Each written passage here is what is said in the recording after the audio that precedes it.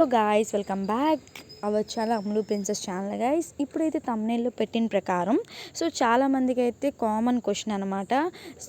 మనకి exam centres ఎన్ని ఉన్నాయి, అసలు ఎన్ని సెంటర్స్ ఇచ్చారు, లొకేషన్స్ ఎక్కడ, అలాగే సెక్షన్ వైజ్ మార్క్స్ ఎంత ఉంది, డ్యూరేషన్ ఎంత ఉంది, అలాగే సబ్జెక్ట్ టాపిక్స్లో ఏమైనా చేంజెస్ ఉన్నాయా, క్లారిటీగా చెప్పండి అని చెప్పి చాలామంది అయితే అడుగుతున్నారు. వాళ్ళ కోసం ఈ వీడియో అనేది. వీడియో చూసే ముందు అయితే మీరు వీడియోని ఫస్ట్ నుంచి లాస్ట్ వరకు అయితే చూడండి, ఫస్ట్ పాయింట్.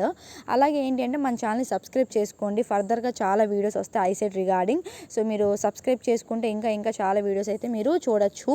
అలాగే ఏంటి అంటే మీ ఫ్రెండ్స్కి కూడా ఇది రిఫర్ చేయండి, లైక్ చేయండి, షేర్ చేయండి, సబ్స్క్రైబ్ చేయండి, పక్కన ఉన్న బెల్ ఐకాన్ గట్టిగా బాదేయండి. అప్పుడు మనం ఏ వీడియో చేసినా సరే ఐసెట్ రిగార్డింగ్ మీరే ఫస్ట్ అయితే చూడొచ్చు. ఇప్పుడైతే మనం వెళ్ళిపోదాము. ఏపీలో ఎన్ని ఇచ్చారు ఐసెట్ ఎగ్జామ్ సెంటర్స్, ఎక్కడెక్కడ ఏంటి అని చెప్పి నేను క్లియర్గా చెప్తాను, ఓకేనా. సెక్షన్ వైజ్ మార్క్స్ కూడా చెప్తాను.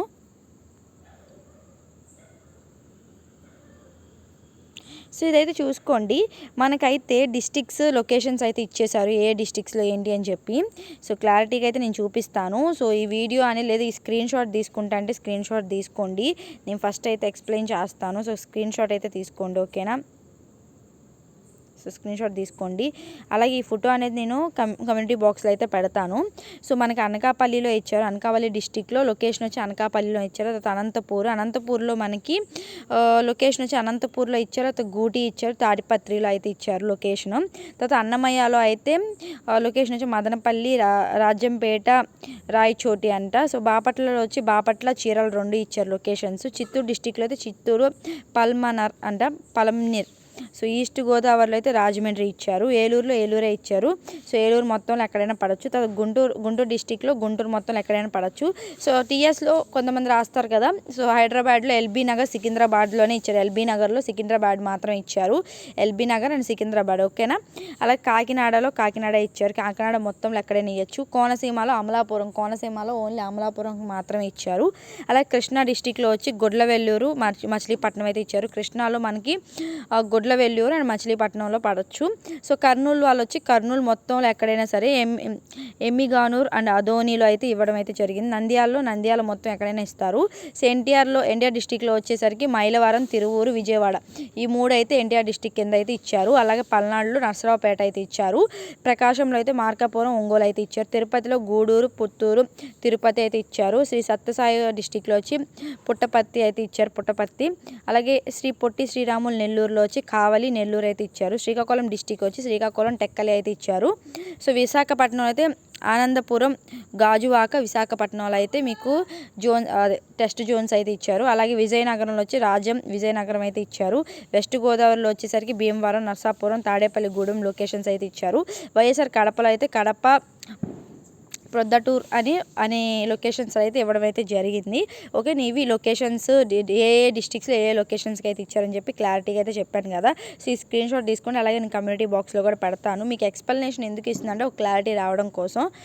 అలాగే మీకు చాలామందికి అయితే డౌట్ ఉంది. సెక్షన్ వైజ్గా ఏమేమి ఉన్నాయి ఏంటి అని చెప్పి మళ్ళీ ఇంకోసారి చెప్తాను. అఫీషియల్గా రిలీజ్ చేశారు కాబట్టి ఇది మీరు తెలుసుకోవాలి, చాలామందికి అయితే తెలియదు. ఫస్ట్ సెక్షన్ ఏ వచ్చి అనలిటికల్ ఎబిలిటీ ఉంటుంది. అనలిటికల్ ఎబిలిటీలో వచ్చి మనకు డేటా సఫిషియన్సీ వచ్చి 20 మార్క్స్కి ఉంటుంది. అలాగే ప్రాబ్లమ్ సాల్వింగ్ వచ్చి 55 మార్క్స్కి అయితే ఉంటుంది. టోటల్గా 75 మార్క్స్కి అయితే ఉంటుంది. 75 క్వశ్చన్స్, 75 మార్క్స్. అలాగే సెక్షన్ బి వచ్చేసరికి కమ్యూనికేషన్ ఎబిలిటీ అనమాట. దీంట్లో వొకాబులరీ 15 మార్క్స్ ఉంటుంది. ఫంక్షనల్ గ్రామర్ 20 మార్క్స్కి ఉంటుంది. బిజినెస్ అండ్ కంప్యూటర్ టెర్మినాలజీ 15 మార్క్స్కి ఉంటుంది. రీడింగ్ కంపారిజన్ వచ్చి 20 మార్క్స్కి ఉంటుంది. టోటల్గా 70 క్వశ్చన్స్ ఉంటే 70 మార్క్స్.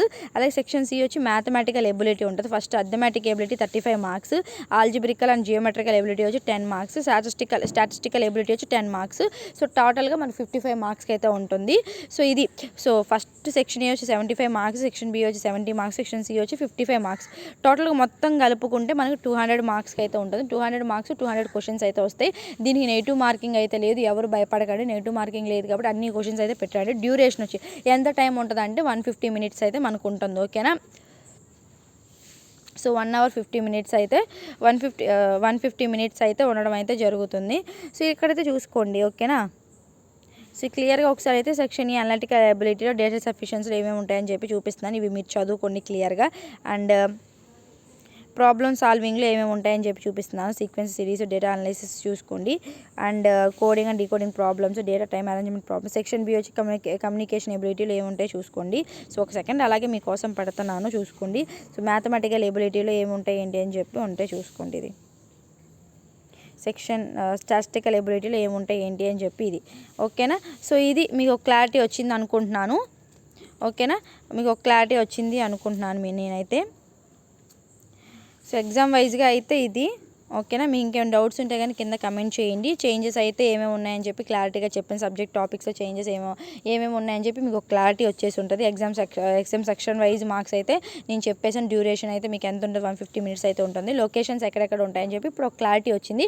సో ఈ లొకేషన్స్ బట్టి మీరు ఎక్కడెక్కడ ఏ లొకేషన్లో ఎగ్జామ్ రాయాలనుకుంటున్నారు, సో మీరు ఎక్కువగా దగ్గర ప్రిఫర్ చేసుకోండి. లొకేషన్స్ అని మీకు దగ్గరగా ఉన్న లొకేషన్స్ ప్రిఫర్ చేసుకొని పెట్టుకోండి. ఓకేనా? ఇప్పుడు మీకు లొకేషన్స్ మీకు బ్రెయిన్లో ఉంటాయి కాబట్టి ఇప్పుడు ఈజీగా మీరైతే అప్లికేషన్ ఫామ్లో లొకేషన్ అనేది పెట్టేసి. So thank you for watching. Signing off ఫామ్లో ప్రిన్సెస్. ఖచ్చితంగా ఈ డౌట్ మీద చాలామంది ఎదురు చూస్తారు.